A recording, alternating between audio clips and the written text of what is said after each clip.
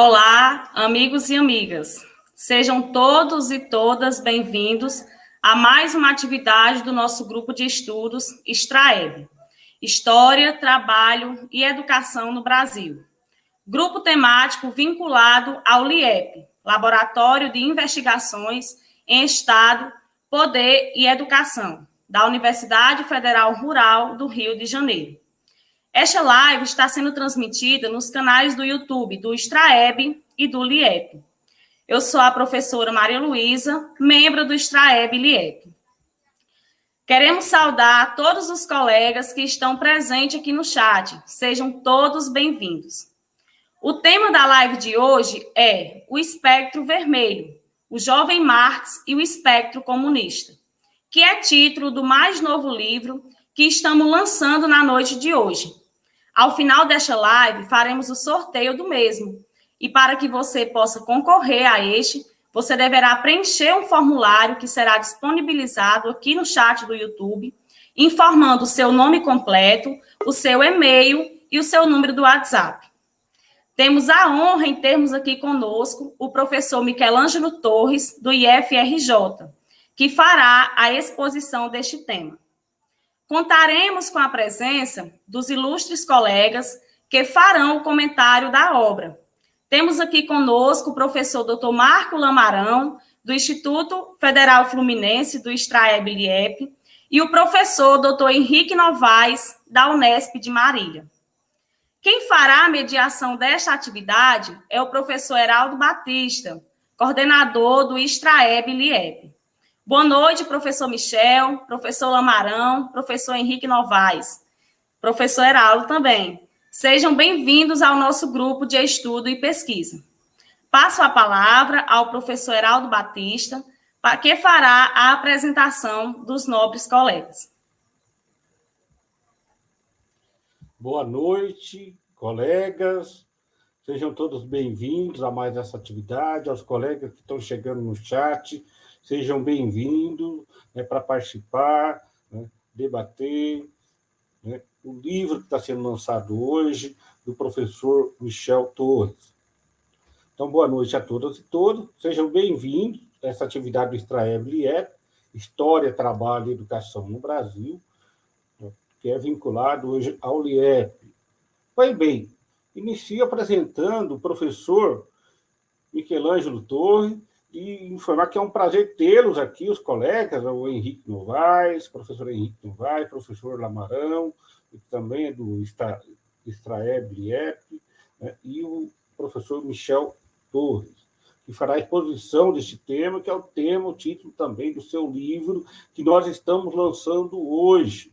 E como disse a professora Malu, Maria Luísa, nós disponibilizaremos aqui no chat, o link para vocês colocar as informações para o sorteio ao final desta live, tudo bem?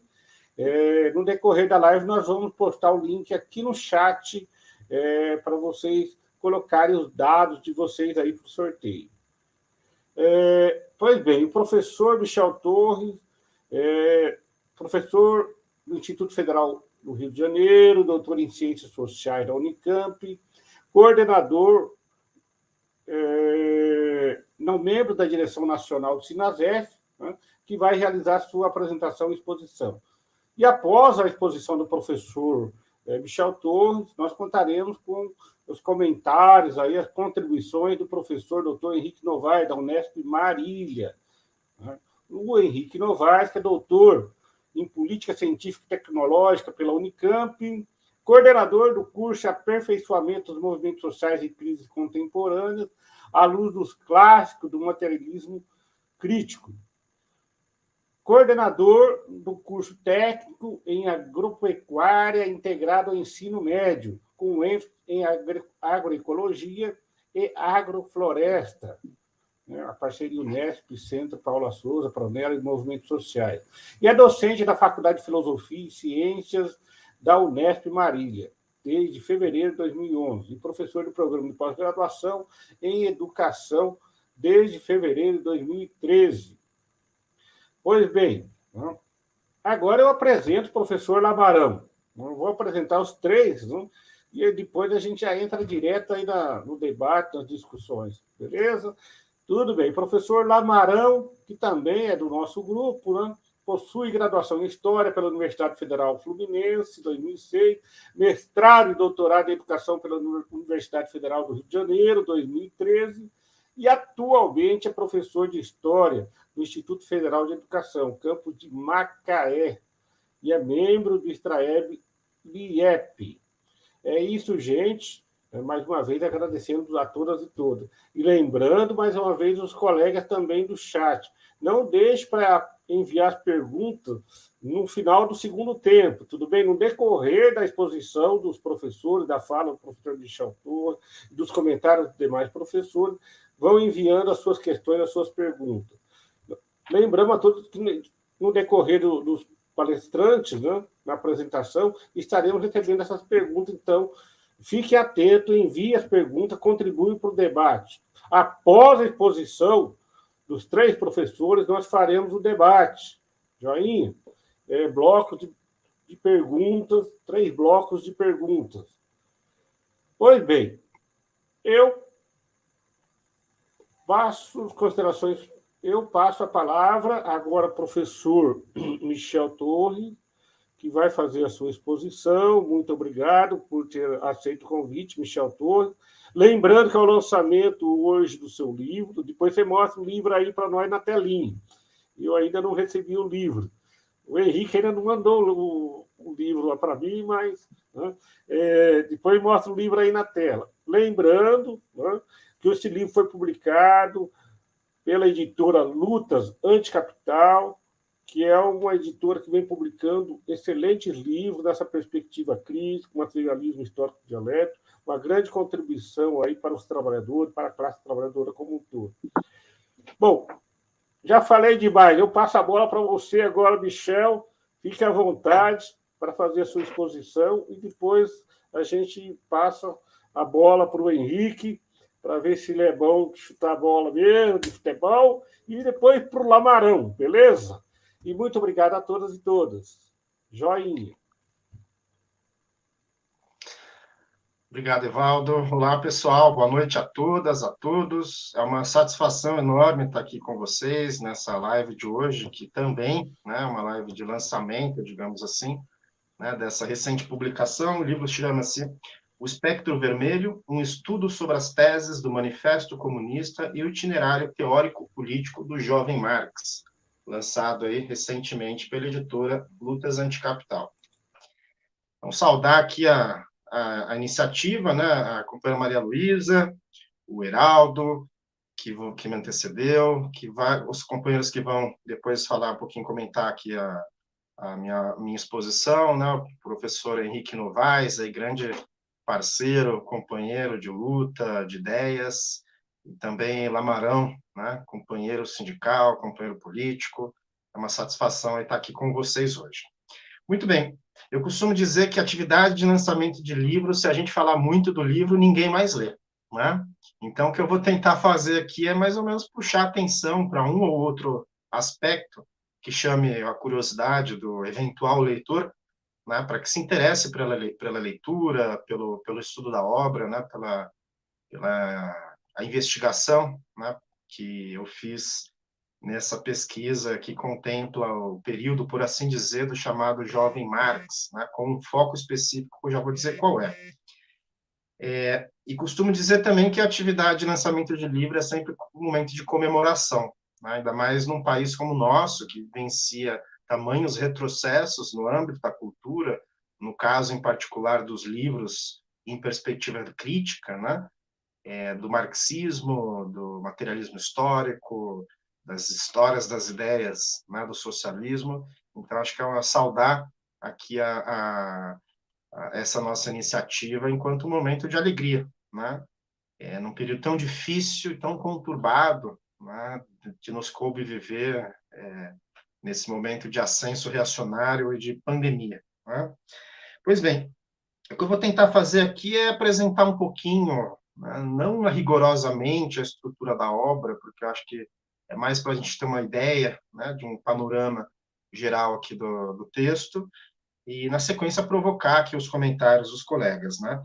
Então, o texto está estruturado em duas partes. Na primeira parte, contempla, por assim dizer, o contexto histórico, né? Ou seja, possibilitou, do ponto de vista histórico, social e geopolítico, né?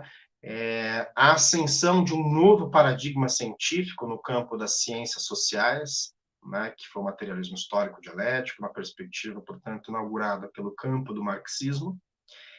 Qual foi o contexto, digamos assim, que vem se processando, né, desde o desenvolvimento da Revolução Industrial, ou melhor dizendo, desde a constituição da modernidade, até propriamente a consolidação da estrutura do capitalismo industrial e o mundo político, né, com o qual Marx e Engels, dos dois autores seminais da história do pensamento social, desenvolveram algumas das suas ideias que se expressaram nesse período já de juventude de jovem Marx. Né? Primeiro é preciso dizer que eu estou usando aqui a nomenclatura de jovem Marx simplesmente pelo contexto histórico que contempla meados, no início dos anos 40 do século XIX, até a publicação do Manifesto Comunista, Manifesto do Partido Comunista, de 1848, por uma consagração da literatura, né?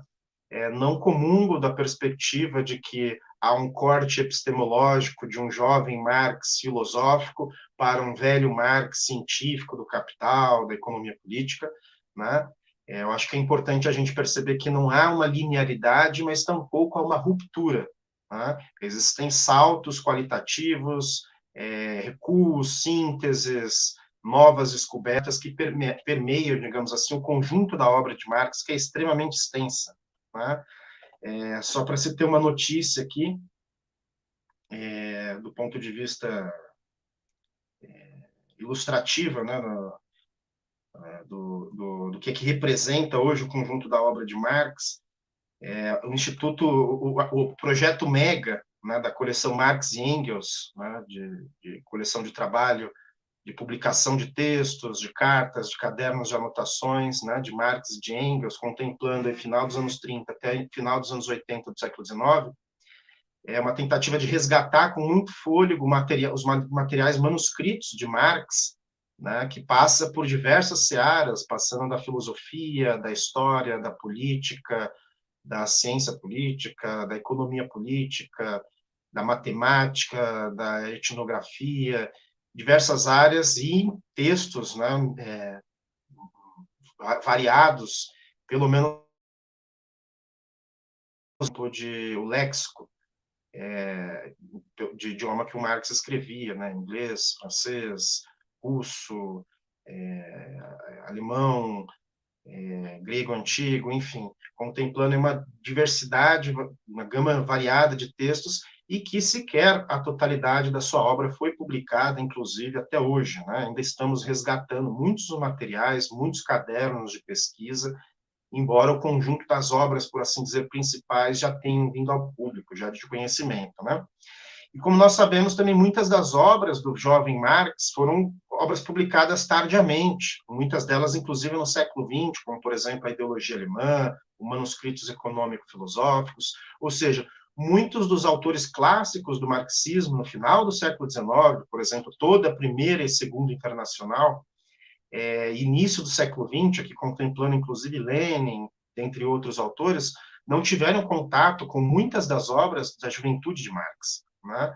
Então, trata-se de um resgate importante da gente fazer nesse sentido. Na primeira parte do livro, ele traça, digamos assim, as origens do mundo contemporâneo e a gênese da elaboração de um novo paradigma científico. Então, parto da compreensão de um resgate, né, da chamada Era das Revoluções, ou seja, o que é que vai constituir o pano de fundo político, econômico, social do período, do tempo social de Marx. Né? Foi a derrubada do absolutismo e a semente do igualitarismo político que surgiu em diversas organizações, né, sobretudo posteriores à Revolução Francesa de 1789, organizações mais radicalizadas da sua ala esquerda da Revolução Francesa, da ala à esquerda jacobina, que fundaram inúmeras organizações, publicaram, inclusive, textos como o Manifesto dos Iguais, numa perspectiva utópica, numa perspectiva radicalizada, numa perspectiva de cunho igualitarista. né, e que forjou marcas políticas no ambiente europeu, sobretudo no âmbito francês, né, que foi um dos contextos, por exemplo, que Marx circula na década de 40. Também resgatamos o processo histórico que gerou a Revolução Industrial e o surgimento, por assim dizer, a gênese do movimento operário moderno, né, com as primeiras formas de organização das lutas sociais do trabalho, no sindicalismo, no campo político, nas organizações clandestinas que atuavam, portanto, no sentido de conspiração, né, na clandestinidade, e que Marx e Engels vão dialogar intensamente nesse contexto. E passando, portanto, pela trajetória propriamente falando, pelo percurso, né, teórico-político de Marx, né, desde dos seus primeiros momentos, digamos assim, de produção intelectual, de atividade político-militante, até a publicação, a redação oficial do Manifesto Comunista de 48. Aqui a gente entra, portanto, numa ambientação, no contexto pré-revolucionário europeu, na chamada Primavera dos Povos, né, uma situação, portanto, explosiva, que inicia em fevereiro, quase que simultaneamente a publicação do Manifesto Comunista, no caso na França, e que se espalha em diversos contextos europeus, em situações revolucionárias contra os governos absolutistas, movimentos proletários em associação com a burguesia nascente, enfim, com conteúdo social muito expressivo, mas que vai ser violentamente reprimido pela reação conservadora do período, né? Então, é mais ou menos esse contexto, esse pano de fundo que eu procuro explorar do ponto de vista investigativo, a partir de análise documental, análise bibliográfica, sempre tentando nos centrar no texto propriamente de Marx e, quando necessário, de Engels, né? A gente tentou evitar ao máximo possível comentadores, né? Trouxemos sempre que foram auxiliares imprescindíveis, mas sempre tentando localizar as posições políticas de Marx, do jovem Marx naquele período, e também a contribuição teórica, né? Porque não dá para fazer essa adjuntiva entre a perspectiva da trajetória política de Marx e da trajetória das ideias. Muito se tem nas biografias de Marx, nas contribuições sobre o próprio jovem Marx, um resgate, digamos assim, da sua contribuição intelectual, né? Da ruptura com o hegelianismo de esquerda, da ruptura com a filosofia clássica alemã, da ruptura com a economia política clássica inglesa, dos saltos qualitativos, ontológicos, né, que Marx realiza nesse período, sobretudo a partir de 43, 44. Mas há uma pequena, digamos assim, produção, uma certa lacuna, digamos assim, sobretudo no idioma português, embora não só, de um resgate do Marx militante, né? Do Marx não enquanto um teórico do mundo das ideias, enquanto um pesquisador científico, mas o Marx enquanto um dirigente político revolucionário, enquanto um homem de ação, né? E o marxismo não dá para negar nenhuma das duas perspectivas. O marxismo é, ao mesmo tempo, uma teoria científica da realidade, de interpretação do desenvolvimento das contradições do mundo da produção das mercadorias, do sistema sociometabólico do capital, ao mesmo tempo que é uma tentativa de contribuição para o conjunto organizado dos trabalhadores, né? Ou seja, essa teoria ela deve iluminar uma ação consciente capaz de transformar a ordem sob uma perspectiva revolucionária dos trabalhadores e para os trabalhadores, né? Então, acho que é muito importante, em 2021, a gente fazer um resgate do ponto de vista histórico, do ponto de vista das ideias que originaram, por assim dizer, o marxismo e as primeiras produções e contribuições do jovem Marx, à medida em que a atualidade desse programa ele é fundamental, né? E aqui eu trato, portanto, de uma metáfora que eu desenvolvo no texto, que é a ideia da sinfonia inacabada, né? Ou seja, o marxismo e o projeto contido no Manifesto Comunista, pode-se dizer, que é uma sinfonia inacabada, ou seja, tem a grandiosidade de um maestro, a grandiosidade de uma obra cuja finalização ainda não veio a público, né? Ou seja, cuja realização ainda não se fundou na história, né? Então, digamos assim, uma das hipóteses com que eu trabalho no desenvolvimento do texto é a leitura do manifesto do Marx não do ponto de vista mecanicista, não do ponto de vista determinista ou teleológico, né? Tampouco do ponto de vista espontaneísta, mas sim uma articulação dialética entre necessidade histórica e possibilidades efetivas, né? Essa foi a grande contribuição do marxismo, e eu acho que para pensar o socialismo, o comunismo no século XXI, é necessário essas duplas realizações, né? O capitalismo não vai ter morte natural, né? Ou seja, o modo de produção ele não se esgota espontaneamente, tampouco pelas forças da natureza, né? Então, a história é um campo aberto de possibilidades. Quando a gente fala em necessidade histórica, é a necessidade de sobrevivência dos seres humanos, da emancipação, da livre realização das relações efetivas, emancipadas, mas, ao mesmo tempo, dentro de possibilidades concretas, efetivas, e não num sentido utópico. Aliás, o manifesto representa uma ruptura com o socialismo utópico, com as perspectivas, né, focadas na vontade, no voluntarismo, na subjetividade. Muito pelo contrário, se trata de uma análise concreta da realidade, né, de uma análise científica da realidade social, ao mesmo tempo que vislumbra a transformação da ordem e do mundo burguês capitalista. Pois bem, na segunda parte do texto, portanto, a gente entra num estudo das teses do Manifesto Comunista, né? Ou seja, quais são as ideias-força presentes naquele textinho, né? Tão lido, talvez seja o texto político mais divulgado na história da contemporaneidade. O próprio Eric Hobsbawm, um historiador britânico, afirma isso, que eu queria trazer aqui para vocês um trechinho, deixa eu só achar aqui para resgatar. Deixa eu ver se eu acho.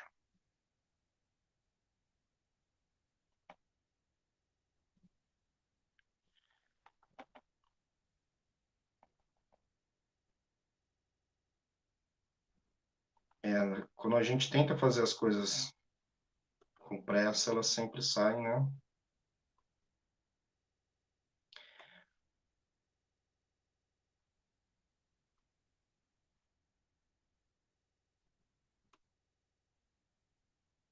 Enfim, o Manifesto Comunista, então, na verdade, ele representa uma síntese, por assim dizer, né, do movimento que Marx havia avançado até então, junto com a contribuição de Engels, né, de alguns elementos que são fundamentais que a gente precisa aqui resgatar. O primeiro deles, assim, bem brevemente, né, é um acúmulo que Marx já havia feito sobre um conjunto de estudos, né, digamos assim, iniciado, o estudo da filosofia grega clássica,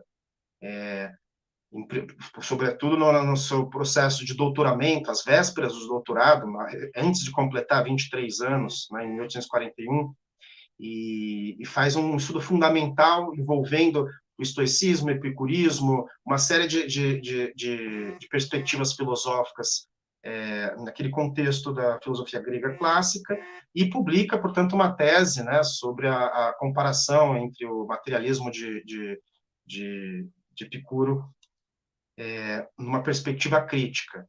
E ali o Marx já vai avançando, portanto, para interesses para além do mundo da filosofia, né? Ele começa a despertar, portanto, ele que havia se matriculado na Universidade de Direito, transita para a filosofia, e da filosofia passa a ter interesses propriamente do mundo da política e do mundo da economia propriamente dita, né? Vai estudar a filosofia alemã clássica, sobretudo a filosofia hegemônica da burguesa do século XIX, que naquele período representava a filosofia de Hegel, né? Sempre num sentido crítico. E a perspectiva de crítica de Marx qual era? Ir ser radical, ou seja, ir na raiz, na origem das questões, e sempre problematizar o objeto ao qual ele está estudando, por exemplo, a filosofia clássica de Hegel, elevá-la até as últimas consequências, identificar suas contradições e produzir uma síntese qualitativamente superior, né? É isso que Marx fez com todos os objetos críticos aos quais ele se propôs a estudar. Da mesma forma, realizou em Paris com contato em 1944 com o movimento francês socialista, socialistas utópicos, aqueles que iniciaram o movimento posteriormente do anarquismo, o movimento, portanto, das seitas conspirativas, Blanqui, naquele contexto, sempre numa perspectiva crítica, portanto.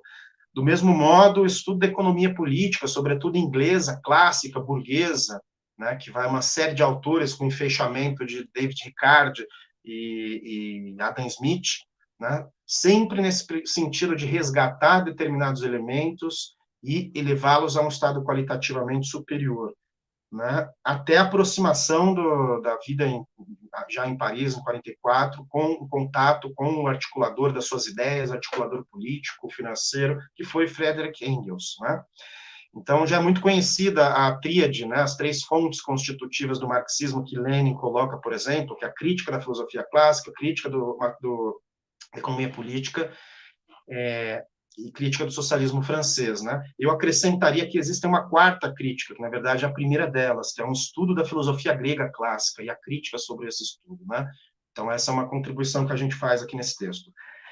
As teses, digamos assim, fundamentais que estão no Manifesto Comunista, antes de eu entrar delas, o que foi o Manifesto Comunista? O Manifesto Comunista é o primeiro texto programático do socialismo moderno, né? Era um panfleto realizado sob encomenda da Liga dos Comunistas, né, que era uma organização, a primeira organização, por assim dizer, com pretensão internacionalista da classe trabalhadora europeia, que Marx e Engels adentram nela para disputar a sua direção política e para disputar as ideias daquela organização, a fim de dar uma unidade mais ampliada para o conjunto da classe trabalhadora, numa aproximação, inclusive, com setores diversos do ambiente europeu, a Liga à esquerda do cartismo, os democratas fraternais, enfim, um conjunto de exilados políticos em diversos países, como na própria Confederação Alemã, né, que era a região onde hoje é a Alemanha. Vocês sabem que a Alemanha ainda não era um Estado nacional constituído naquele período, só vai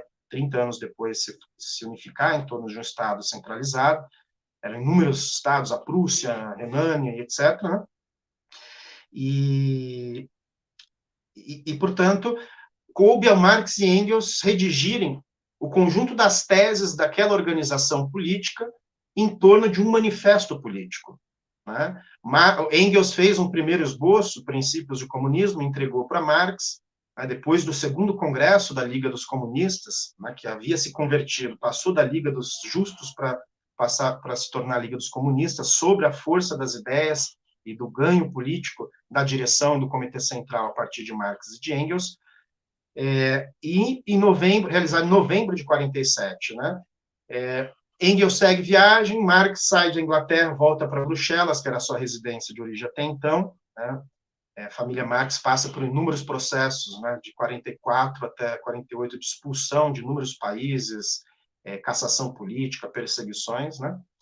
E quando Marx redige, portanto, o Manifesto Comunista, nada mais foi do que um panfleto político de cerca de 20 e poucas páginas, né, com cerca de 3.000 tiragens, numa tipografia inglesa, de sede de uma organização da Liga dos Comunistas, né, de formação de educação, e naquele momento é publicado, portanto, as primeiras ideias, digamos assim, a consolidação da sistematização das ideias do materialismo histórico dialético de Marx e de Engels, e de um salto qualitativo do ponto de vista da contribuição da leitura teórica capaz de instrumentalizar os trabalhadores.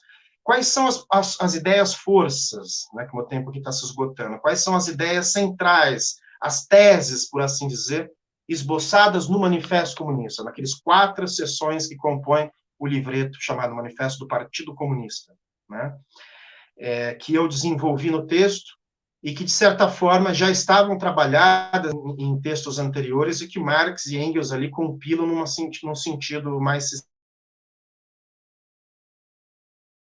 de classes como motor dinâmico da história, ou seja, o ponto de partida da exposição do texto é a luta de classes, né?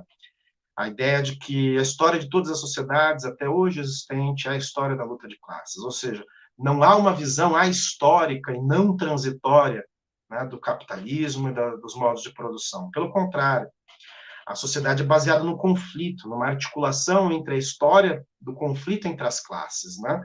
Então, são elementos que vão condensar a perspectiva do materialismo histórico-dialético, que seria, por assim dizer, o fundamento teórico-metodológico que mobiliza e vai mobilizar todos os textos de Marx e de Engels até o final do século XIX.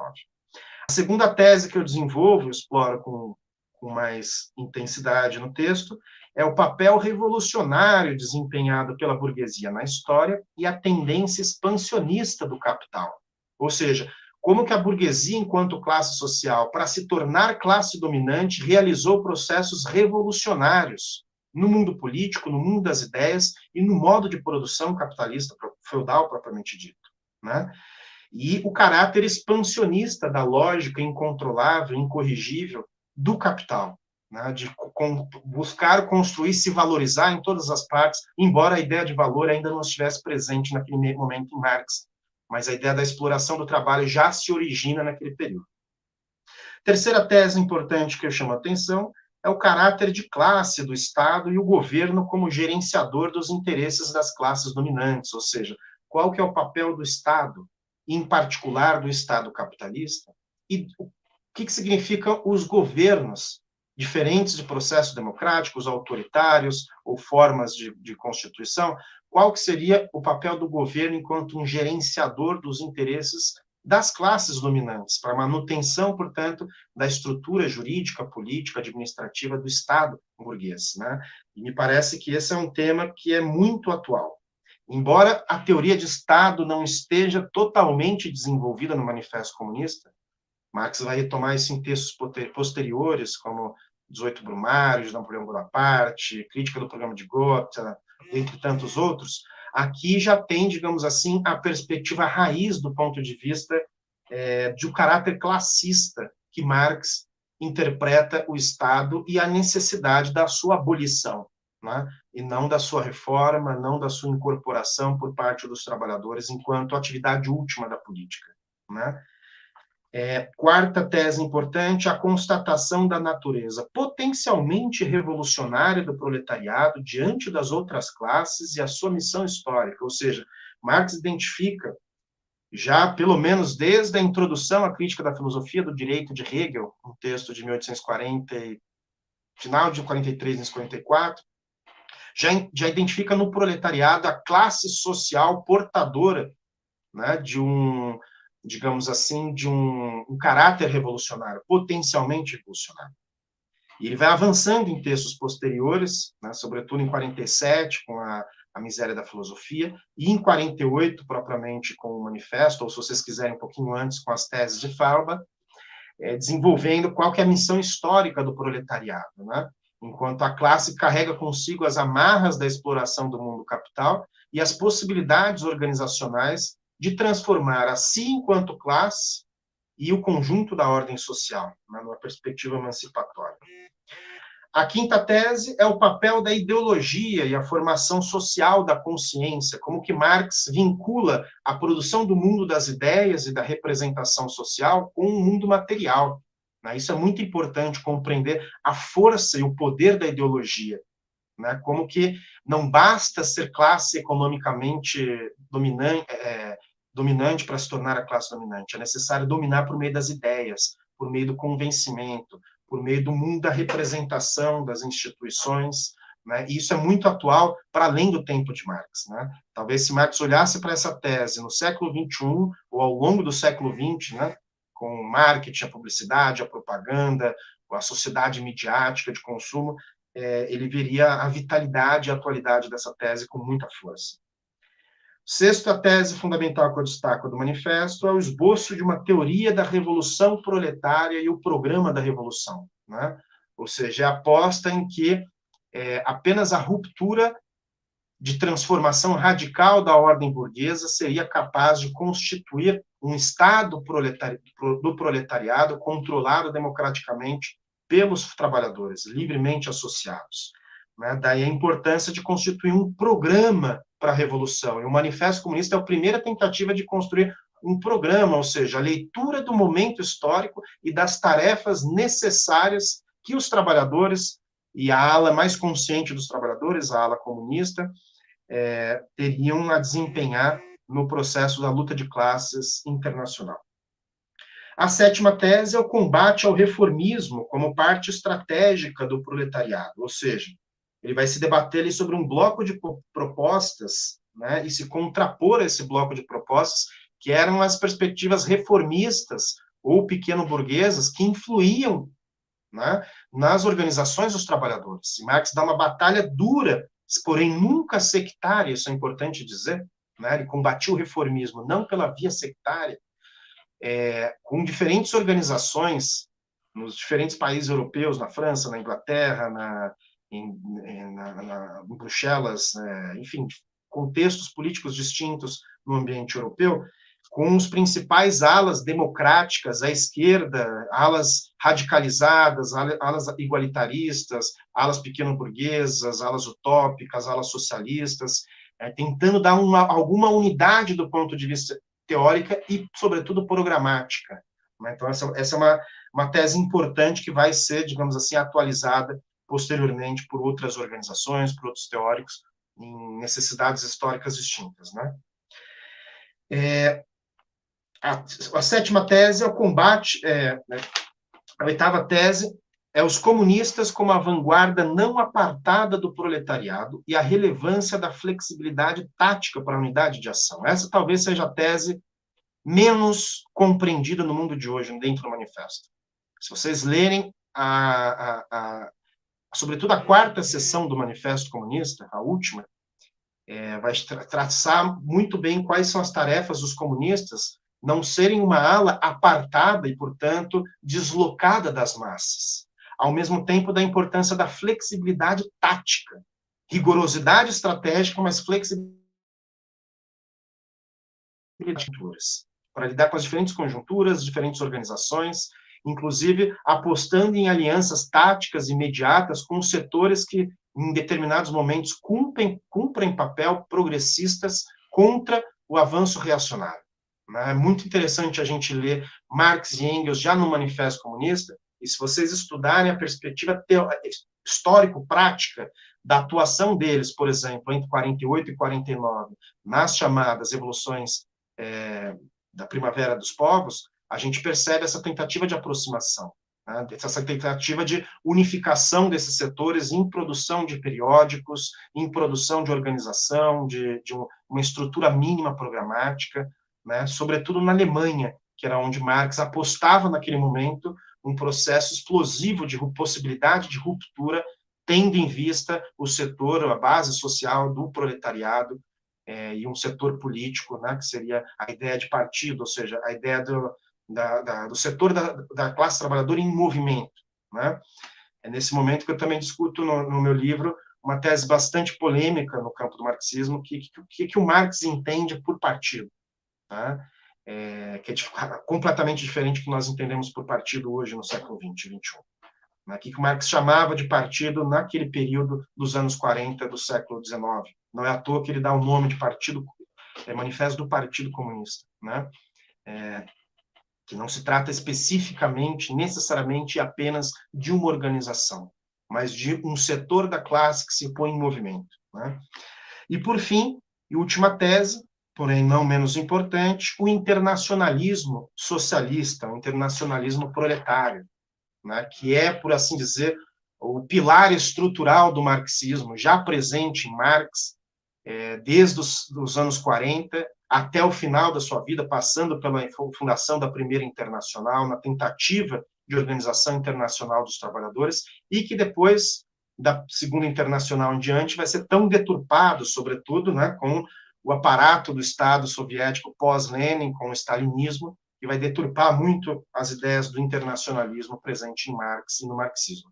Pois bem, essas são as ideias, digamos assim, né, que eu tentei explorar com vocês, destacar para chamar a atenção, para que vocês leiam o texto, para que a gente reflita o manifesto naquilo que efetivamente Marx e Engels estavam trabalhando no contexto político, histórico e literário, né, para que a gente leia o texto com rigor, sem a idolatria fundamentalista, ao mesmo tempo sem a crítica banal, né, de muitos dos seus detratores.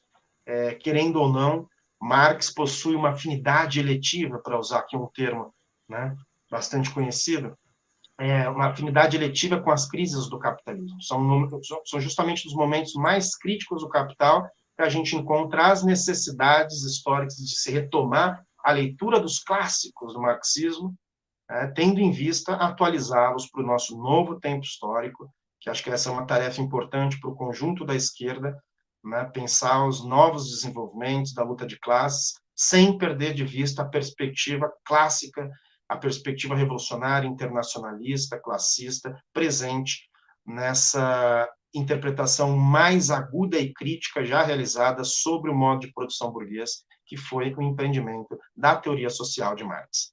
Acho que é um pouco isso. Abrir aqui para os companheiros. Heraldo. Obrigado, professor Michel Torres. Eu já passo a palavra ao professor Henrique Novaes, que fará os comentários da sua exposição, do seu livro, né? E, posteriormente, eu passo para o professor Marco Lamorão. Henrique Novaes, com a palavra, por gentileza. Pois não, Heraldo, um grande prazer estar aqui, um dia de confraternização, né? Um dia alegre, né? Ainda que a gente esteja num momento delicado da humanidade, e também uma confraternização de uma forma pós-moderna, vamos dizer assim, cada um no seu canto, né? E depois da mesa, cada um tomando a sua cerveja no seu cantinho, né? Mas é o que temos de possibilidades, né? Não daria para fazer de outra forma. Então, é um dia de celebração, tá aqui com o querido amigo Michel, né? Tá com o Heraldo e a Malu e o Marco, né? Que estão aí na luta de classes comunicacional, né? Uma luta bastante importante em tempos de Cambridge Analytica, em tempos de Instagram, Facebook, YouTube. Acho que a gente não pode estar fora dessa luta, né? E o Heraldo e todos os colegas têm participado, né? Todos do Straeb têm feito aí uma batalha decisiva, né? Nesse campo. Então, Michel, meus parabéns, né? Que bom que você lançou seu livro no ano da Comuna de Paris, dos 150 anos da Comuna de Paris, no ano em que a gente está aqui num risco iminente de golpe, né? A cada semana Bolsonaro tensiona cada vez mais, né? E eu acho, né, que em termos gerais, o Michel ele tem uma contribuição fundamental no marxismo, né? Ele se apoia no Marx e tem trabalhado temáticas contemporâneas, temáticas históricas, filosóficas, etc., né? Temáticas atuais, e certamente nos convidando a retornar a Marx, né? Esse que eu acho que é talvez a principal contribuição do livro do Michel, né? Nos fazer voltar a Marx, reler o Marx, que a molecada que está chegando aí, as novas gerações, leiam Marx. Então é um ótimo convite, né? O livro dele é muito agradável de se ler, ele tem uma capacidade histórica enorme, né? Acho que é outro mérito do livro, ele vai contando o itinerário político do Marx, teórico político do Marx e do Engels, fazendo de forma muito apropriada, né, a moldura histórica, os fatos mais importantes, mas mais do que os fatos, os processos mais importantes que o Marx está trabalhando, né, e o momento que ele vive, evidentemente, né, século XIX. Eu até ia depois perguntar para o Michel, né, como é que ele diferencia, que então é uma confraternização, mas também um pedido aí para ele nos ajudar, né? O que o texto dele se diferencia do Zé Paulo Neto, que certamente é outra referência importante para o debate, fez um livro mais recente, né? Bastante minucioso, eu diria, com muitos detalhes, de uma leitura mais pesada, né? e de um livro que ele cita do professor Michael Heinrich, né, um alemão, que estudou um período parecido com o do Michel, né? Então, te perguntaria, Michel, depois, qual que é a sua diferença aí em relação a eles? É o tamanho, é o detalhe, alguma ênfase, né? Então, ficaria essa primeira pergunta, né? Eu concordo com o Michel que, de fato, o Marx fez uma revolução nas ciências sociais e cada vez mais está provado que ele conseguiu fazer uma revolução na ciência, né? Ele é um dos poucos teóricos que não separou a filosofia das ciências da natureza ou do que a gente chama hoje de ciências duras das ciências sociais ou das ciências humanas, né? Essa busca da totalidade, essa forma de compreensão, né? Do materialismo histórico dialético, né? No meu entendimento, inaugurada pelo Marx, é algo fascinante que nos move, né? Nós marxistas, né? Para, a partir do Marx, tentar interpretar o momento atual. O Marx nos mostrou também que o capitalismo não é eterno, né? O capitalismo pode durar ainda muito tempo, eu espero que não, mas ele, diferente do Adam Smith, para citar apenas um, né, que não conseguia, não tinha como, né, na sua teoria, né, diferenciar os modos de produção e mostrar a particularidade do capitalismo, o Marx nos deu uma chave importante que é dizer que o capitalismo não é eterno, né? E pode ser derrubado, como disse muito bem o Michel, né? Por uma revolução. Uma das teses que o Michel vai desenvolver com muita propriedade, né? É a crítica ao reformismo. A burguesia foi revolucionária para fazer a ponte com o momento atual.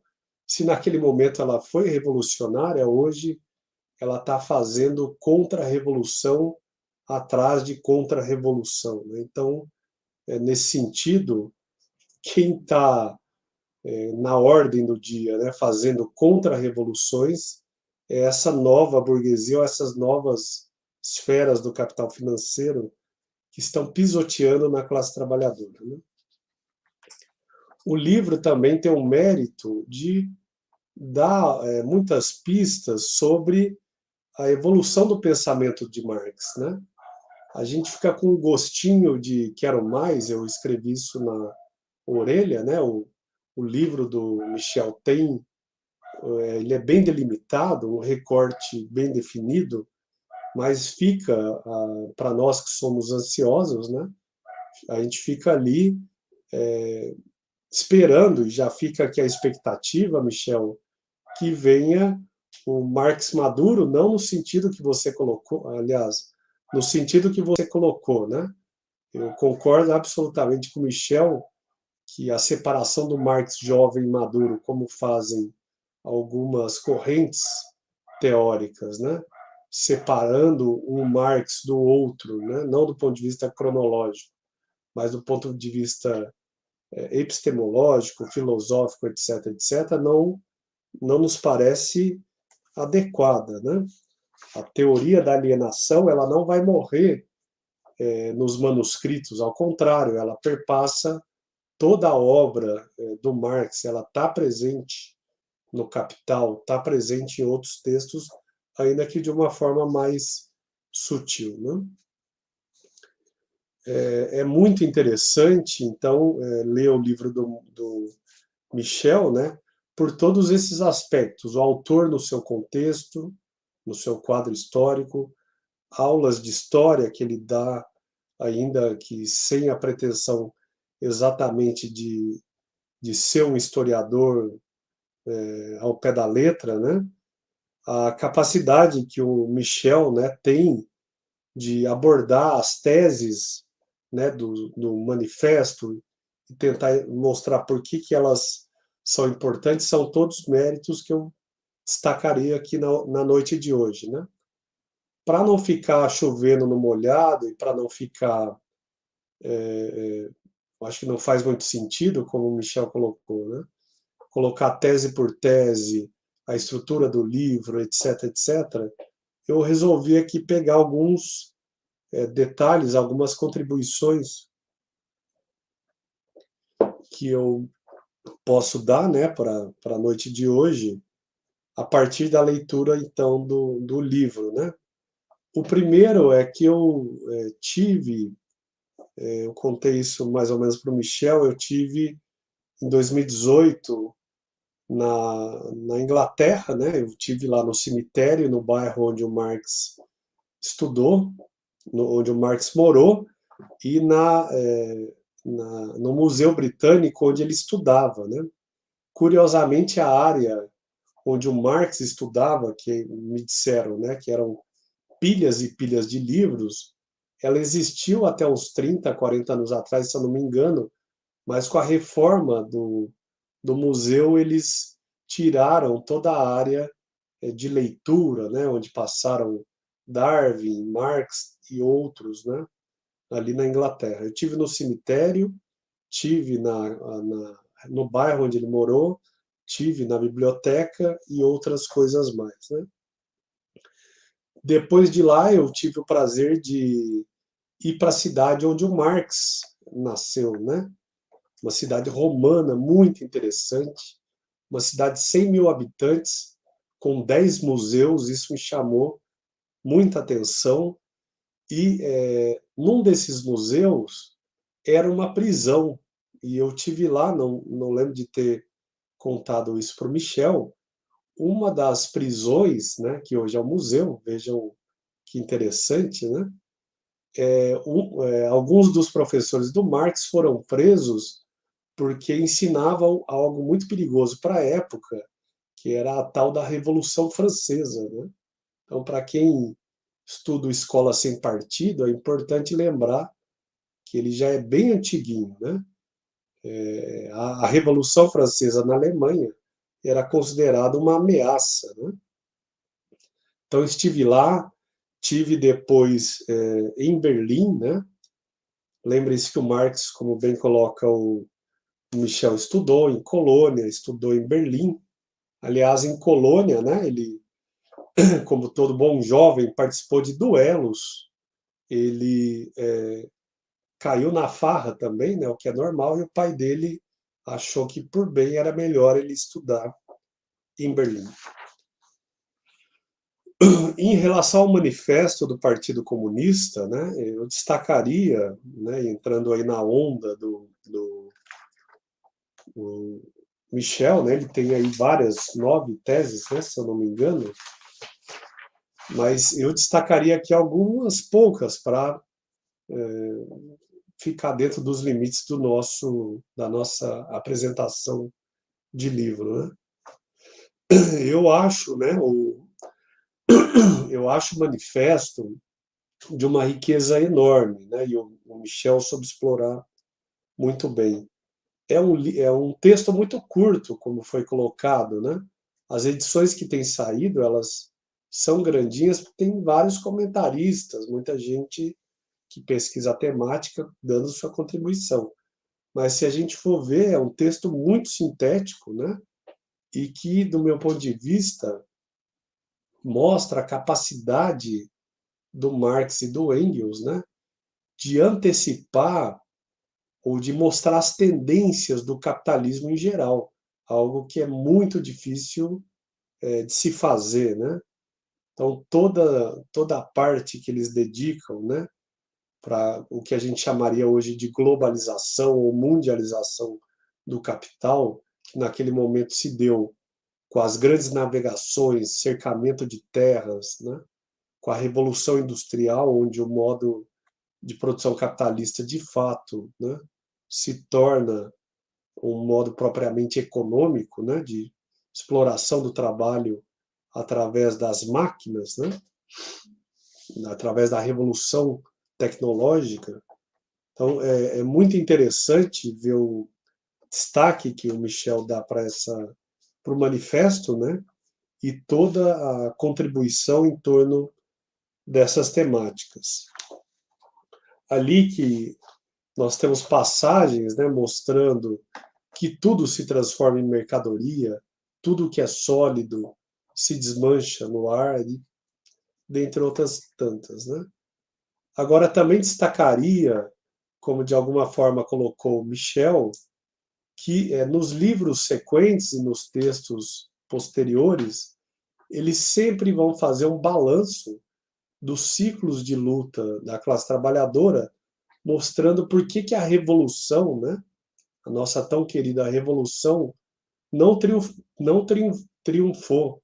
Por que a classe trabalhadora não conseguiu superar o modo de produção capitalista? Quais foram os fatores que impediram ou bloquearam a revolução socialista, né?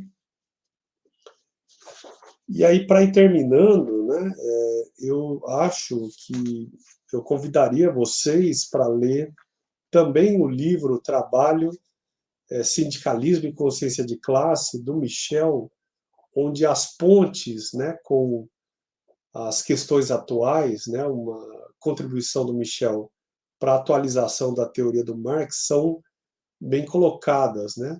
As temáticas da consciência de classe, da ideologia, da questão ambiental, da questão de gênero, né?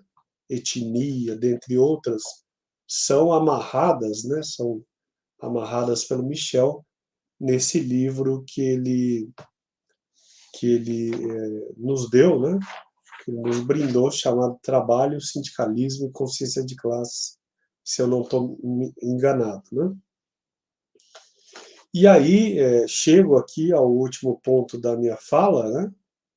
Que nós estamos, então, num momento de contra-revolução, né?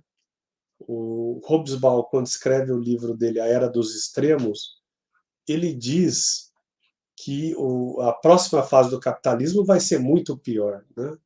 Tem lá a Era do Capital, a Era dos Impérios, a Era das Revoluções, a Era dos Extremos, e ele diz que o século XX, né, promete, como tendência histórica, à medida em que o estado de bem-estar social está sendo destruído, que há um desmoronamento da sociedade soviética, processos de privatização e avanço do neoliberalismo, né, que esse mundo que virá, que é o mundo que nós vivemos hoje, certamente acirra as contradições, né, da nossa sociedade. Chegamos aqui, então, né, num momento onde o Michel está sendo lido, né, espero que seja mais e mais lido, num contexto de pandemia, num contexto de pandemônio, num contexto bastante perigoso para a humanidade, né, um contexto de destruição ambiental, de crimes ambientais, de avanço da extrema-direita, né, dentre outras tantas coisas que eu poderia destacar aqui. Então, fica aqui o meu convite, a minha alegria de ter feito a orelha do livro, o convite para que vocês leiam, né, para que vocês debatam, dialoguem com o Michel, né, e que ele, né, como intelectual militante que é, no seu itinerário teórico-político, para fazer paralelo com o livro, né, então no itinerário teórico-político do Michel, está aí com uma grande contribuição para a teoria da revolução, para o programa tão necessário programa da revolução, e como intelectual militante, né? Como Marx, o Michel tem se inserido nas lutas do nosso tempo histórico, não mais, não menos, para superar essa sociedade mesquinha, nojenta, baseada na exploração do trabalho, baseada na acumulação de capital, baseada na propriedade privada, no Estado capitalista e todas as formas de dominação, né, fundamentais para a manutenção do modo de produção capitalista.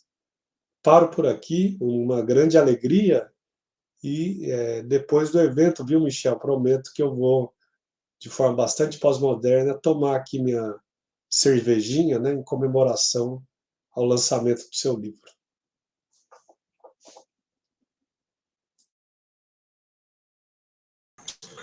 Joia, obrigado, Henrique, pelos comentários, as considerações. E eu passo a palavra agora ao professor Marco Lamarão, do Instituto Federal Fluminense e do Straeb Liep, do Colemarx também. Com a palavra, Lamarão, à vontade. Muito obrigado, querido camarada Heraldo. Queria, antes de mais nada, saudar, primeiramente, o camarada Michel pela sua publicação fundamental, os debates necessários e candentes dos desafios que se colocam para a classe trabalhadora nesse momento de emergência, onde claramente os limites da vida humana em sociedade estão esgarçando e tensionando cada vez mais o planeta Terra como ecossistema. Isso tem consequências nefastas para a nossa vida em sociedade. E na pergunta de Rosa Luxemburgo, socialismo ou barbárie, parece que a barbárie caminha a todo vapor, embora, repisando as palavras de Henrique e também do Michel, é fundamental que a gente reivindique para os sujeitos históricos do tempo emergencial as possibilidades de sociedades alternativas a essa que estão dadas. Então, nesse escopo, a tua obra é fundamental, camarada, justamente porque traz à tela a fundamental atualidade do pensamento marxiano. Marx, ele não é um filósofo do século XIX, como os seus detratores todo dia insistem em afirmar. E justamente, talvez, essa afirmação cotidiana seja a maior prova da atualidade do próprio Marx. Se Marx não fosse atual, não seria necessário afirmar diariamente que ele não é atual, ele não estaria nem em voga. Mas o fato dele ter elementos que contribuem para a análise das contradições do sistema capitalista. E, nesse sentido, é importante dizer que Marx não é nenhum grande artista da ciência, um grande criador de novas categorias ou conceitos. O Marx, na verdade, ele se apropria de boa parte daqueles que serão conceitos chaves da sua obra, fazendo esse processo dialético, do concreto pensado, como bem destacou o Michel, como um elemento de superação dessas categorias, reposicionando essas categorias ou conceitos numa filosofia que tem como radicalidade a historicidade dessas categorias. Tudo é transitório, tudo que é sólido desmancha no ar. Essa é uma frase importante do próprio manifesto. Então, nesse sentido, o Marx ele é de uma atualidade, de uma vivacidade que, sem dúvida nenhuma,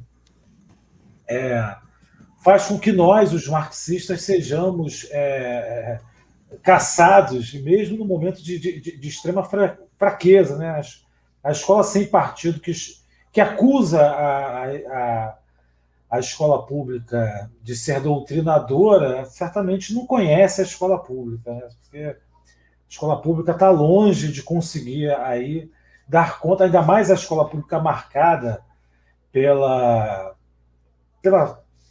relações de classe, da sociedade de classe do capitalismo. Então, essa escola pública, ela marcadamente, quando ofertada para a classe trabalhadora, já tem um sentido, já tem um direcionamento que busca retirar dela todos os caráteres emancipatórios, mas essa escola pública permanece com o espectro vermelho rondando, tal qual é a Europa em outrora, um espectro vermelho que ronda, justamente porque não existe elemento mais contundente à crítica ao capitalismo. Né? Então, portanto, enquanto houver capitalismo, haverá sempre a atualidade no pensamento de Marx, justamente porque é este pensamento que consegue, de forma mais radical, desfeitiçar esse modo de produção, revelando os seus limites e suas contradições, colocando em tela os mecanismos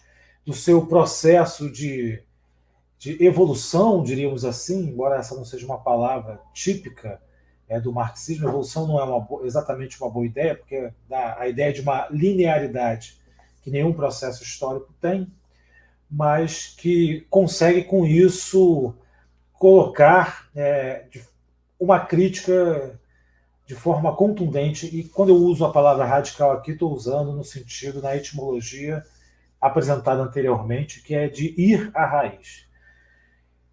1848 não é qualquer ano. 1848, o ano de lançamento do Manifesto Comunista, é um ano central, axial, das lutas que se desenvolvem no palco europeu naquele século. Não à toa, é o último dos anos que o Eric Hobsbawm vai chamar de Era das Revoluções. É também conhecido como a Primavera dos Povos, porque existe um grande levante das populações na reivindicação pela sua autodeterminação, pelo seu autogoverno, e com isso um certo aparelhamento das burguesias locais na instrumentalização dessas lutas na construção de um Estado-nação que garanta essas burguesias conseguirem suplantar de uma vez por toda, sobrando aí alguns resquícios que serão efetivamente eliminados, como sistema político na Primeira Guerra Mundial, mas colocando por terra boa parte do antigo regime que ainda sobrava e sobrava por diversas regiões do território europeu. E 1848 é também o ano em que, em primeira monta, aparece de forma bastante expressiva uma consciência particular no bojo dos atores sociais que lutam. Essas lutas que é a consciência da classe trabalhadora, se diferenciando, então, o nacionalismo, desde então e até hoje, tem um papel, tem a tarefa de tornar tornar únicas relações que são extremamente conflitantes. Então, quando se fala de interesses nacionais, via de regra, utiliza-se os interesses burgueses particulares como se fossem universais, transbordando esses interesses, inclusive para as classes antagônicas. O interesse nacional é muito mais afeito à família Batista, costumo dizer que é uma tríade, tem os irmãos lá, Wesley, Joesley, mas também tem o Ike, e aos grandes magnatas e detentores do capital no Brasil, do que efetivamente aos Marco Lamarão, aos Paulo Galo, aos Michel Torres, que compõem a classe trabalhadora e muitas das vezes ver no chamado desenvolvimento econômico o aumento da carestia, um aumento da precarização do seu próprio trabalho, um aumento da precarização dos seus direitos. Então, o desenvolvimento nacional e desenvolvimento econômico nacional busca dar um sentido único a algo que é extremamente polissêmico, conflituoso. E, nesse sentido, o nacionalismo do século XIX tem importante papel, e Marx sabe disso, tanto que no Capital, um dos primeiros movimentos que ele vai fazer é tentar desfetichizar a ideia de povo, desfetichizar a ideia de nação e deixar claro que a célula da sociedade capitalista é efetivamente a mercadoria. E em 1848 a gente vê emergir, portanto, uma consciência de classe particular, típica, específica dessa classe trabalhadora, que nesse momento em especial, com a emergência, com o surgimento desse documento axial. Olha eu aqui falando pouco, tá vendo, Michel? É triste. Vou falar pouco, já estou falando aqui, já tem uns 10 minutos, nem comecei direito. Na emergência desse documento conhecido como Manifesto Comunista, uma ruptura importante no movimento socialista. É o momento em que, efetivamente, aqueles pensadores socialistas de outrora passarão a ser denominados de utópicos, e esse apelido um tanto quanto pejorativo, demarca a necessidade de Marx reafirmar o caráter científico das suas formulações, o caráter científico das formulações socialistas que advêm a partir de então. Né? Portanto, muito mais do que uma receita de bolo, do que efetivamente um manual do que fazer, o Manifesto Comunista inaugura, a seu modo, uma perspectiva e uma interpretação de mundo que consegue até hoje dar conta de profundos problemas e questões inerentes ao capitalismo. Óbvio que eu estou reivindicando aqui o marxismo como um princípio epistemológico, um princípio filosófico, um princípio gnoseológico, um princípio a qual a gente se move em torno da ciência, mas que tem efetivamente na praxe política um elemento central. Então, querido Michel, mais do que saudar a sua potente obra, até fiz minha inscrição aqui no cadastro, tá, gente? Queria dizer aqui que me cadastrei para ser sorteado aqui também, estou fazendo a minha fezinha, né? Se eu for sorteado, não é jabá, o sorteio quem vai fazer é outra pessoa, estou aqui apostando na sorte. Mas caso não consiga, vou também lá no site da Lutas Anticapital, vou com prazer adquirir esse exemplar. E por que, Michel, mais do que saudar essa potente obra, hoje também é um dia de saudar figuras como você, que conseguem unificar a formulação política com a prática militante, fermentando aquilo que há de mais essencial no marxismo, que é a reflexão, teoria e prática, a praxe revolucionária, que muitas das vezes, quando os marxistas adentram as searas acadêmicas, acabam perdendo um pouco a potência dessa importante dialética. Né? Então, antes de me encerrar, tá vendo? Eu até que nem falei muito, não. Eu queria, primeiramente, saudar também o Henrique e a editora Lutas Anticapitais por essa saborosa parceria, e gostaria de convidar vocês a conhecerem o site da editora e aproveitarem esse momentinho aqui. Deixa eu compartilhar a tela aqui. Eu sou desse, eu improviso de última hora, Heraldo. Isso aqui não estava combinado não, hein, cara. Para vocês verem, estão conseguindo ver aí? Para vocês verem aqui um pouquinho o site da editora e descobrirem, como eu descobri, que além de importantes obras e lançamentos que estão ocorrendo nesse momento aqui, né? A ética, na grande estética de Lukács, aí, ó, eu já vou fazer uma cata aqui, vou comprar o Michel e mais 10, ferrou. Minha companheira aqui que me perdoe.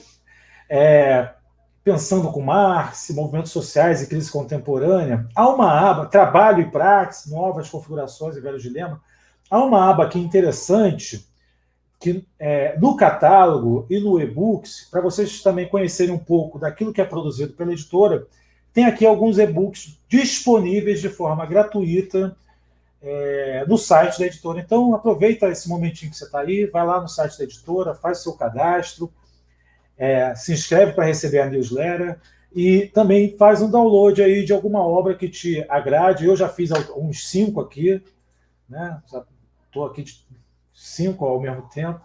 Então, façam isso. E, por último, gostaria também de aproveitar esse momento e sugerir, convidar vocês, no momento meu jabá próprio, né, a conhecerem o dossiê que eu sou um dos organizadores, que acaba de ser publicado pela revista Vértice. A revista Vértice é uma revista ligada ao Instituto Federal Fluminense, Questões Contemporâneas da Educação no Brasil e em Portugal. Tem uma seção aqui, 3 sessões diferentes: diversidade, formação discente e docente, e financiamento e financiarização da educação, mas o que eu posso dizer é que o bloco que trata, em especial esse bloco aqui final, que trata das temáticas atinentes às pesquisas realizadas na educação brasileira, são também profundamente marcadas pelo pensamento marxista e, ouso dizer, pela atualidade dessas reflexões. Esse dossiê se encerra com um artigo da minha Lavra, que é esse último aqui que eu cliquei, vou compartilhar aqui com vocês também.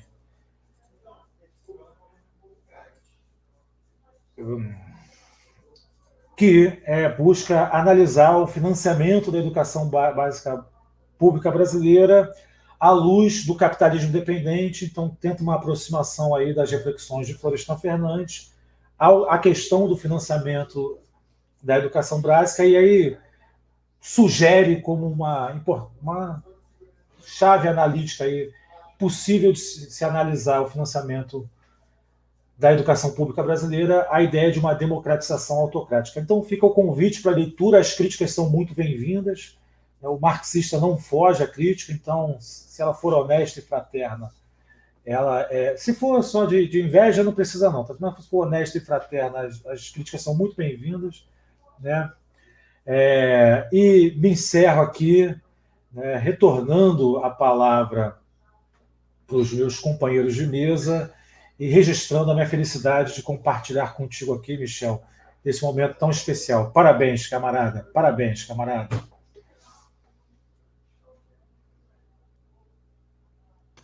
Legal. Bom, aí fica aberta a vontade também, Michel, fazer alguns comentários, se ele quiser, fazer alguns comentários, o Henrique também, tipo um bate-bola, tudo bem? Fique à vontade. Michel, Henrique. Muito bem, eu super agradeço aqui, né, as intervenções extremamente carinhosas e que acho que a grande questão quando a gente publica um trabalho, a investigação é uma obra muito solitária, né? Eu costumo dizer que, ao mesmo tempo que a gente está sozinho, a gente está também com um monte de ideias, com um monte de contribuições que são coletivas, mas é um momento da empreitada solitária, de você estar ali fechado nos livros, etc. Então, quando alguém lê o teu trabalho, comenta, sempre é algo muito positivo, né? Então, agradecer aqui as considerações do Henrique, né, que acompanha desde o meu mestrado, aí, já há mais de 10 anos, né, a minha dissertação, sempre muito atento, né, do ponto de vista crítico, o Marco aí que, né, atua diretamente comigo do ponto de vista da militância sindical, da militância organizacional, tecendo aí questões extremamente positivas.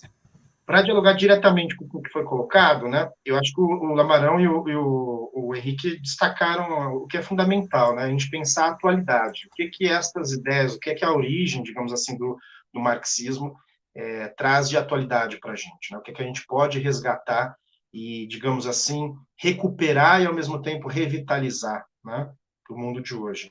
Lembrando muito bem pelo Henrique, né, e 150 anos da primeira experiência, do primeiro, digamos assim, suspiro da possibilidade, né, dos trabalhadores se autogovernarem, né, na experiência francesa, durou aí cerca de 3 meses. Depois tivemos outras experiências, como a grande Revolução Russa de 17, mas acho que é um processo simbólico importante. Quando o Henrique perguntou das duas biografias, né, estou aqui com elas em mãos, né, a Karl Marx, uma biografia de Zé Paulo Neto, e Karl Marx e o Nascimento da Sociedade Moderna, do Michael Heinz, ambas da Boitempo. A do Zé Paulo Neto, ela a do Michael Heinz, que é da Boitempo, ela é de 2018, né? Então, necessariamente, eu já tinha lido para fazer o texto, e me apoiei muito. Ocorre que ele só publicou ainda o primeiro volume, né? O primeiro volume vai até a tese de doutorado, até 41, né? Então, não deu muito para destacar assim, a maneira como ele vai conduzir, por exemplo, a formação das ideias pilares do jovem Marx, propriamente dita, né? Mas o que ele faz até 41, a metodologia, digamos assim, né? A contribuição do ponto de vista metodologia de uma biografia de Marx, eu segui assim muito para e passo, né, porque é uma inspiração muito forte esse texto. Ele é rico do ponto de vista da exploração de novas fontes biográficas, sobretudo desse Marx ainda muito juvenil, né, desde do seu nascimento até a conclusão da tese de doutoramento, mas ele ainda não trabalhou propriamente a formação militante do Marx, etc., né? Mas certamente o fio condutor, eu aguardo muito ansioso aí o próximo volume, né, que parece que já está, inclusive, em vias de preparo. O texto do Zé Paulo foi uma questão que, assim, eu estava concluindo o tratamento final desse livro, e o Zé Paulo publica esse texto, um livro de quase 1000 páginas, né? Se eu não me engano, foi em novembro ou dezembro do ano passado. E eu fui obrigado a ler esse livro no emergencial, parei o que eu estava fazendo, estava no meio da pandemia, estava eu e minha filha no apartamento alugado em São Paulo, sozinhos, fechados, né?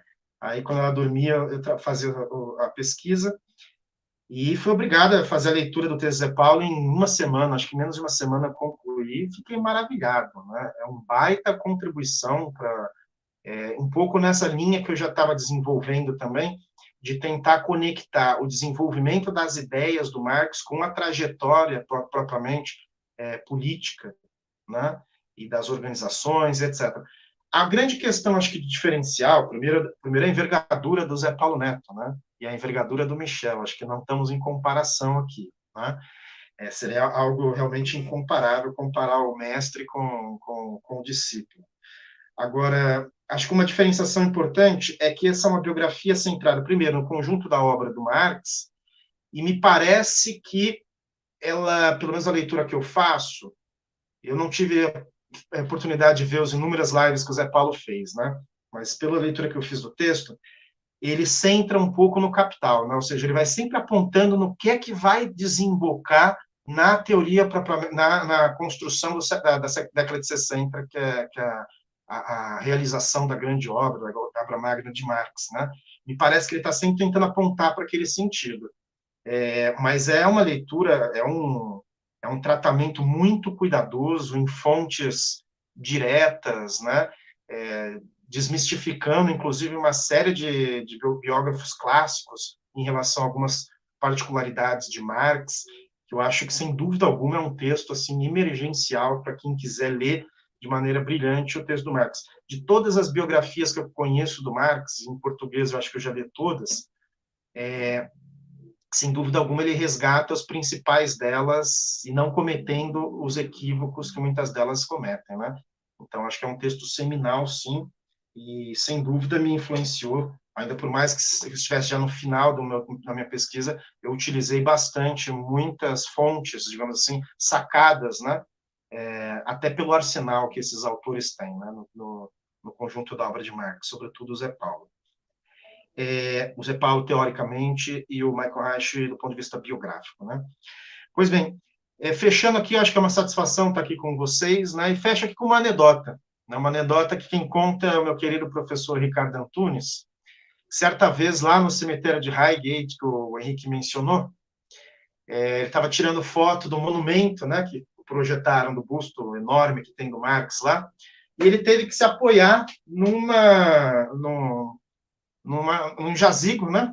Colocou a bunda, literalmente, na tumba de alguém ali para tirar foto. E a hora que ele olhou, era justamente, né, do Herbert Spencer, quer dizer, de um evolucionista do século XIX, né, inglês, precursor das teorias racialistas, etc. Ou seja, para tirar foto do Marx foi necessário colocar a bunda no Herbert Spencer, né?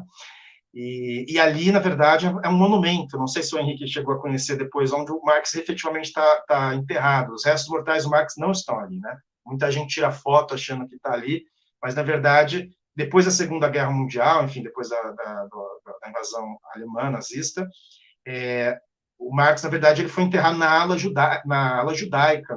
É um túmulo bem difícil de encontrar, não tem nem localização, só tem uma plaquinha Marx e Jenny, a esposa dele.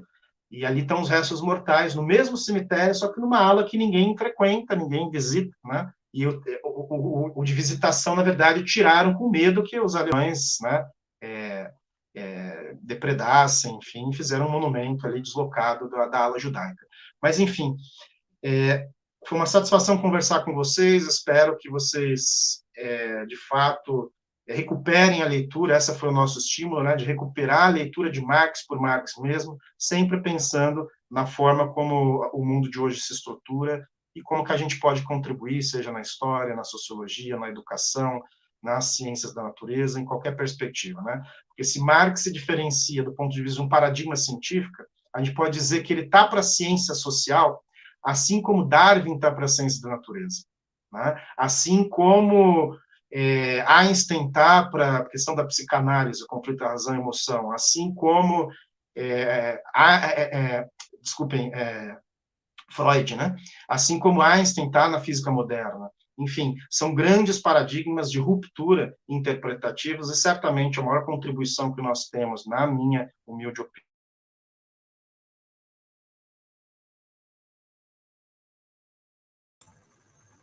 Joinha, obrigado, Michel. Henrique, algum comentário? Ok. O Lamarão, por gentileza, vamos para as perguntas, não? Algumas perguntas.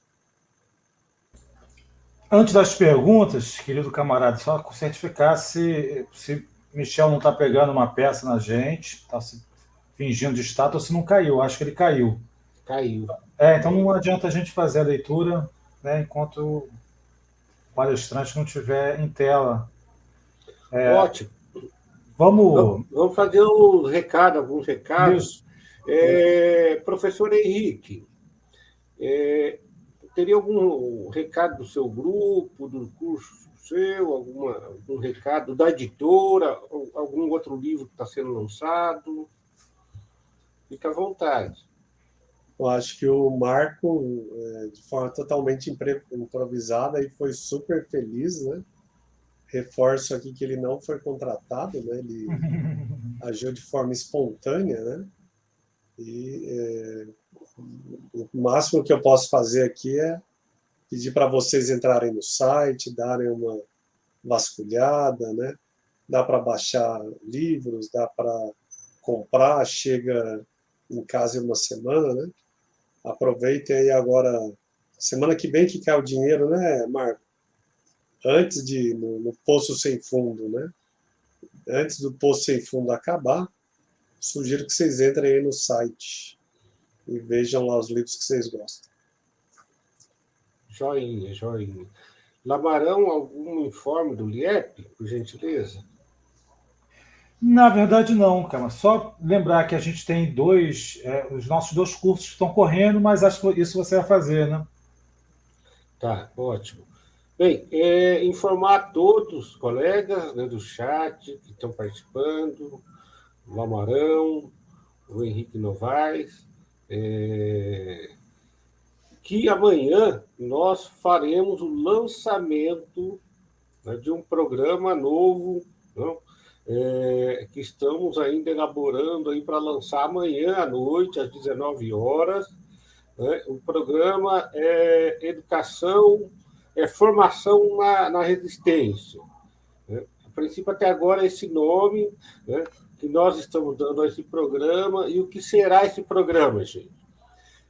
Nós convidaremos pesquisadores para fazer uma gravação de 10, 15 minutos no máximo sobre determinado tema, né? Sobre o taoísmo, taylorismo, capitalismo, sindicalismo, não?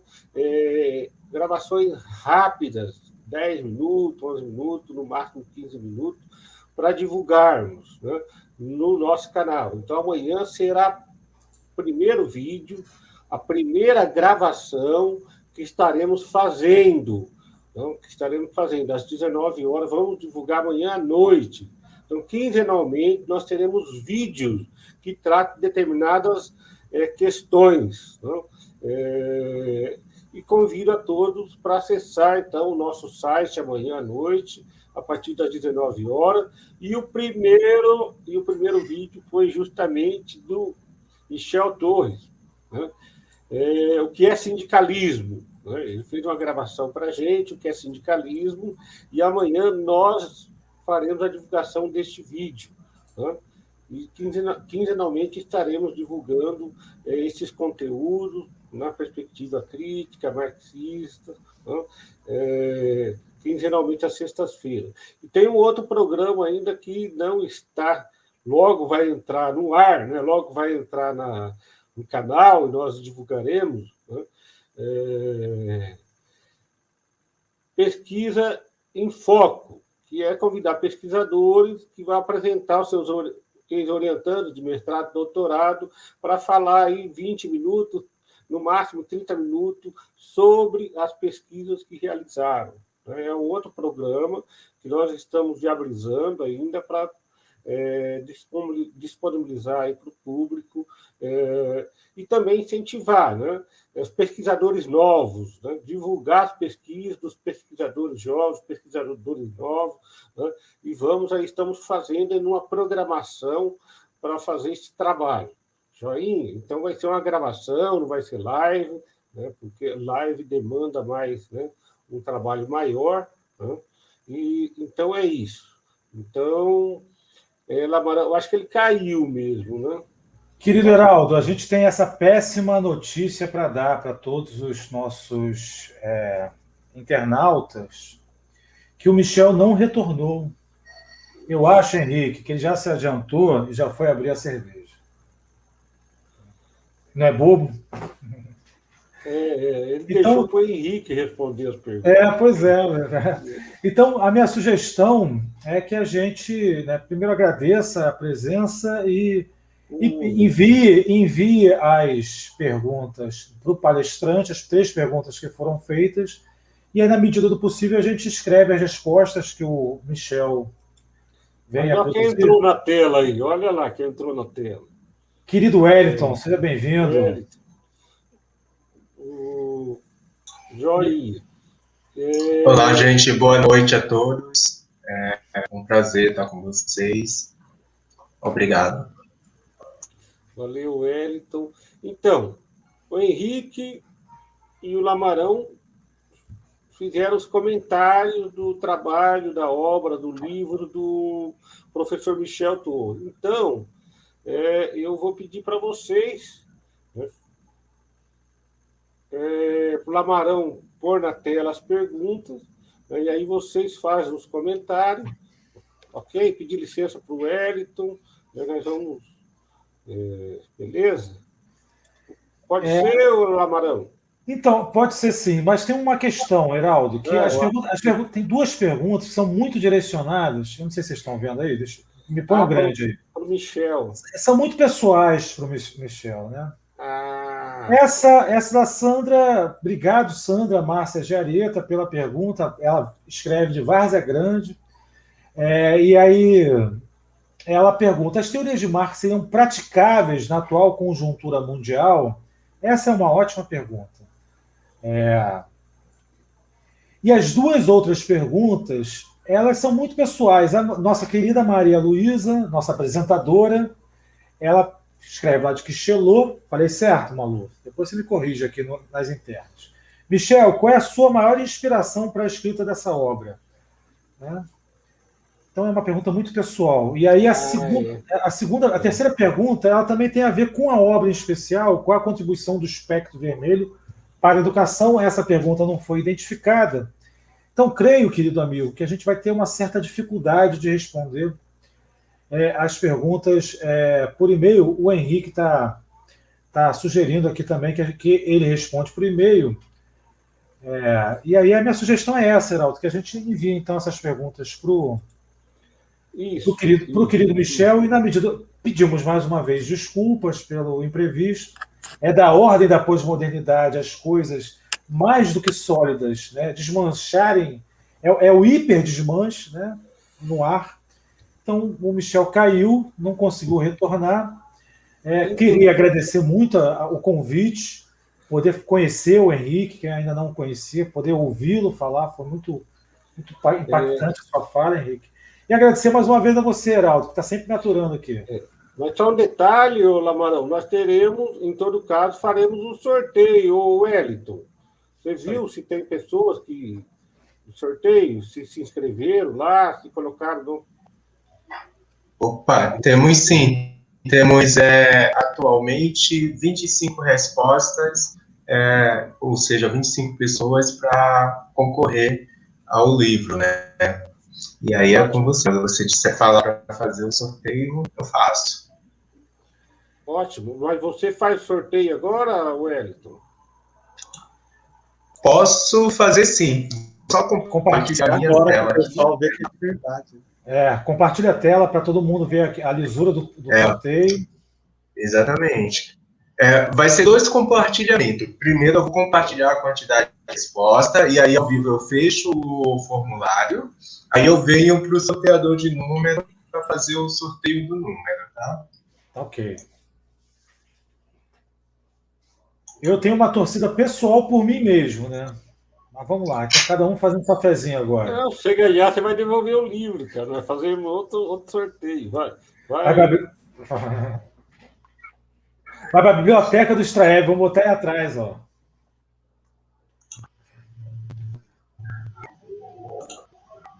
Já só verifique. Deixa eu ver, já está entrando na tela, deixa eu entrar direitinho.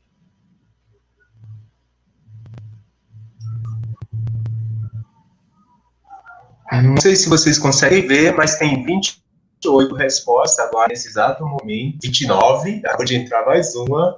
Eu vou fechar agora as respostas para sortear entre os 29, tá? Deixa eu só entrar aqui.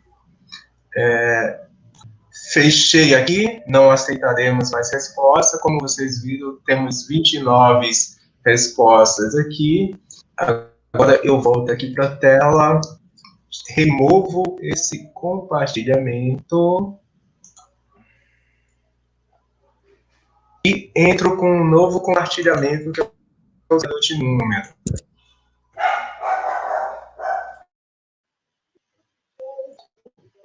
Cadê?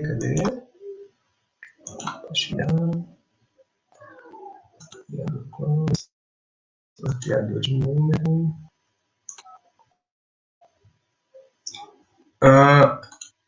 Só para confirmar, vocês viram que nós tínhamos 29 respostas, não é isso?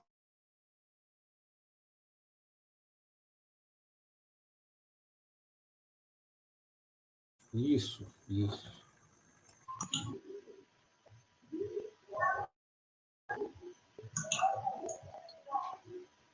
Opa. Pronto, já carregou aqui.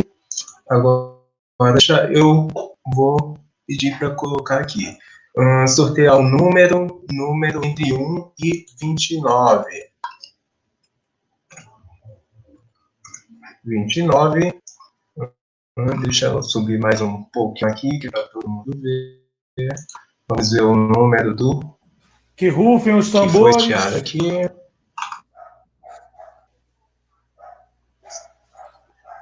23. Consegue? 23.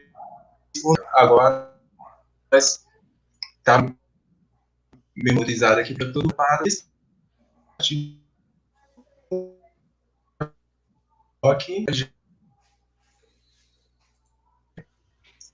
Quem que é o número de 3? Marco Vinícius Moreira Lamarão, acho que é. Está falhando também. A internet está meio travada aqui. Agora de novo. Vamos ver aqui quem que é o número 23.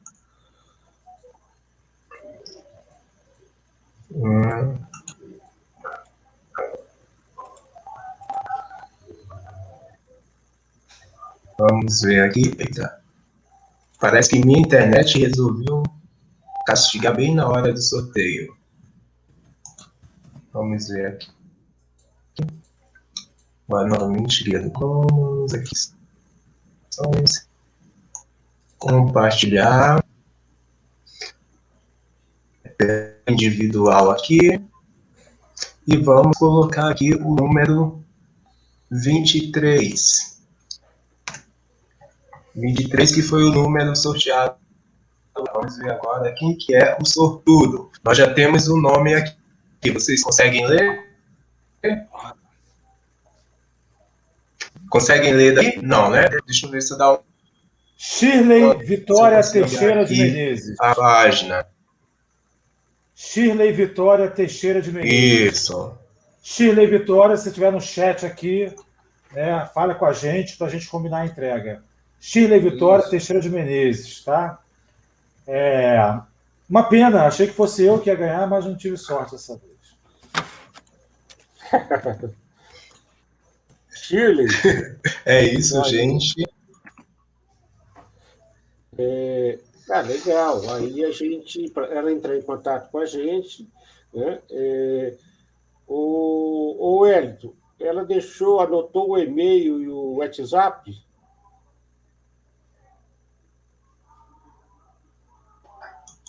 Então é fácil. Se ela não entrar em contato, nós localizamos. Joinha. Então, o livro do Michel... O Michel voltou. Já caiu novamente, né?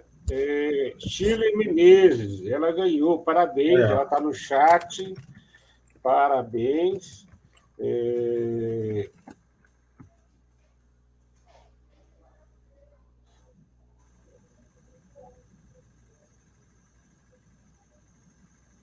Joinha, Shirley. Bom, Michel voltou.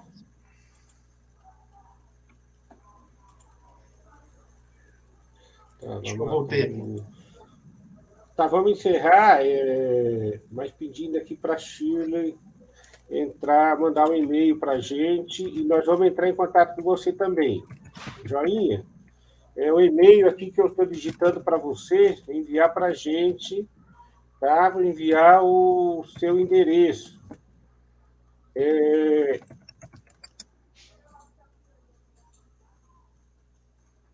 Legal? Está no chat o e-mail nosso para você enviar os seus dados. Legal, gente. Agradeço a todos. Michel, bem, vou passar para vocês considerações. Não sei, Lamarão, se a gente retoma e ele responde. O que vocês acham? Eu acho que já estão com 1h40 de live. Nós vamos enviar as perguntas para o Michel, né? Mas eu passo para as considerações finais. Joinha? Primeiro o Lamarão, depois o Henrique e o professor Michel para a gente fazer o encerramento. Legal? A minha fala é muito rápida, Heraldo. Primeiramente, agradecer o convite, agradecer a oportunidade de estar do lado do Michel, do Henrique, do Wellington, mais uma vez do Heraldo. Sempre oportuno poder ouvi-los, sempre oportuno poder compartilhar de momentos como esse. E hoje, um dia de celebração, né? Só faltava o Fluminense estar ganhando, mas não está empatando com o Juventude aqui, mas daqui a pouco a gente ganha. E saudar a obra... não apenas teórica, mas prática do querido camarada Michel, que além de ser um grande intelectual, é uma referência política para todos os militantes que estão engajados na luta dos EBTTs, da luta dos profissionais da Rede Federal de Educação, do Sinasef e também a luta do socialismo. Obrigado a todos e todas. Passo a palavra. Também parabenizo o Michel, que vem ao Espectro Volume 2, né? Estamos aqui ansiosamente aguardando. Um grande abraço, um enorme prazer estar aqui com vocês hoje. Nós que agradecemos, Henrique, muito obrigado por tê-lo aceito, por participar desta atividade. Michel, por gentileza. Desejo uma boa noite a todas e todos que nos acompanharam até aqui, os nossos companheiros aqui de mesa, de atividade. Estou vendo o Wellington agora aqui também, grande abraço. Acho que é um pouco isso, né? A gente sempre comemorar quando publicações na perspectiva crítica do marxismo vêm a público, e agora deixar ela para o crivo do leitor, né? Não para a crítica roedora dos ratos, mas para a crítica propriamente dos camaradas, das camaradas que venham fazer a leitura aqui do texto. Grande satisfação estar com vocês, uma boa noite. Boa noite, boa noite. Quero agradecer imensamente ao Wellington Silva, que contribuiu com a gente nessa live, na retaguarda, organizando aí também o sorteio. Muito obrigado, Wellington. E a nossa Malu, né, Malu? Obrigado também, né? Fez a apresentação. Joinha, obrigado a você. E aos colegas. E lembrar a todos que nós estaremos fazendo sorteio mensal de algum livro que vamos escolher, numa parceria que estamos fazendo com a editora Anticapital, né? Vamos divulgar todos os lançamentos da editora Anticapital nas nossas redes sociais, né? E a editora fará doação de um livro mensal para fazermos um sorteio também, né? E divulgando a editora, pelo compromisso da editora, pela linha editorial dessa importante editora, que tem contribuído enormemente na produção aí importante de qualidade nessa perspectiva crítica, né? É isso, gente. Um abração a todos, boa noite, né? E até a próxima atividade.